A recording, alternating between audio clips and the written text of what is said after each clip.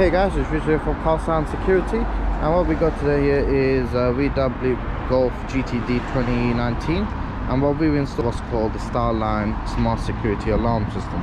It's one of the latest systems that have come out, and we've been doing this on a lot of new cars at the moment because of the way they can be stolen within a few seconds because of all the keyless features they got.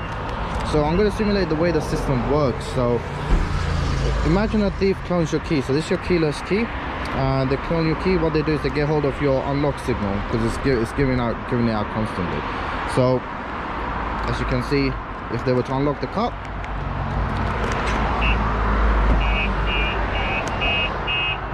you can hear the alarm is going off. The alarm is going off, and also what they can't do is they can't also steal it. So I got my foot on the brake at the moment. As you can see, I'm pressing the start button. The car is not starting because it's immobilized as well. And also additionally, what happens is the system also calls you. So if I were to answer it, door open. The car's condition is ignition is on. Just lets me know the door has been opened, as well as letting me know the car ignition has been turned on. So it tells me that someone's trying to steal it as well. And the app also shows you, as you can see, it's red and shows the door has been open.